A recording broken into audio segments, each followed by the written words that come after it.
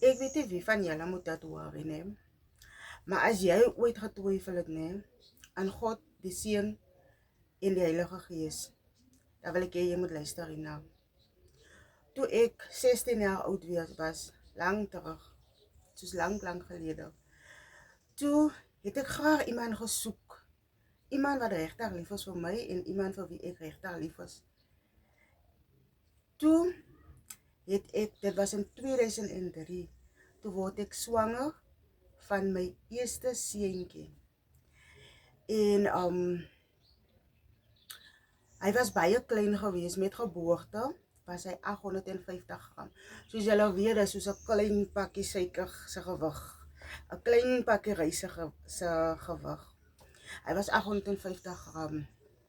En ek was 4 maande in die hospitaal geweest. Robertson Hospitaal, Tygerberg Hospitaal, Worcester Hospitaal, weer terug by Robertson. En die dokters het vir my gesê, maar mami, hy gaan dood want hy is te klein. En ek het dit toe geglo in die eerste plek wat die dokters my gesê het, want dit is mos nou dokters. En maar soos die tyd gegaan het, die dae gegaan het, dag na dag, het hy gebly lewe. En hy het in die broeikas gelê. Toe kom dit dat hulle die broeikas mos nou nodig het. En hulle sê vir my, maar hy gaan in elk geval dit nie maak nie, so hulle die broeikas nodig. Toe sê ek vir hulle, asseblief, julle kan die broeikas vat, maar julle moet nie die pype van hom afhaal nie. Ek sal sit, ek hoef nie op te staan nie, ek hoef nie te loop nie, ek hoef nie te gaan eet, ek hoef niks te doen nie. Solank dat hy net by my is.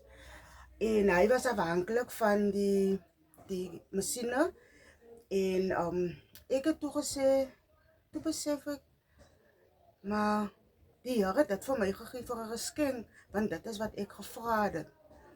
En die dag, toe sy buik opgeswel, sy maag was opgeswel. En ek het toe nog nie vir hom melk gegee deur die nag nie.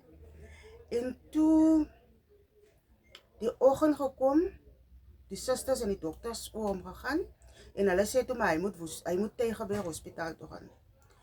Ek sê toe, ons pakkie goed, en die ambulans het hulle laat kom, ons wag nou nog vir die ambulans, is op 'n Sondag. Ons wag vir die ambulans. Toe ons, terwyl ons wag vir die ambulans daar buite, en dit het mos nou ure na ure geraak. Toe kom daar 'n ander mami, wat ook swanger is, toe kom sy met haar kind daar aan. En die kind is toe blou gebore. Maar nie dood nie, die kind is maar net blou gebore. Blou getrek. Soos iemand wat nog geslaan, so 'n kind wat nog geslaan is. Maar die kind was nie geslaan nie. Weet nie wat die rede was nie, maar die kind was blou gebore. En hier waar die ambulans nou kom na ure, kom hulle na my toe en sê vir my, maar hulle gaan maar nou die mami help om Tygerberg toe te gaan, maar hulle gaan nou nie vir my nie, want my seun gaan in elk geval dood, so hulle gaan nie nou nog baie tyd mors met hom.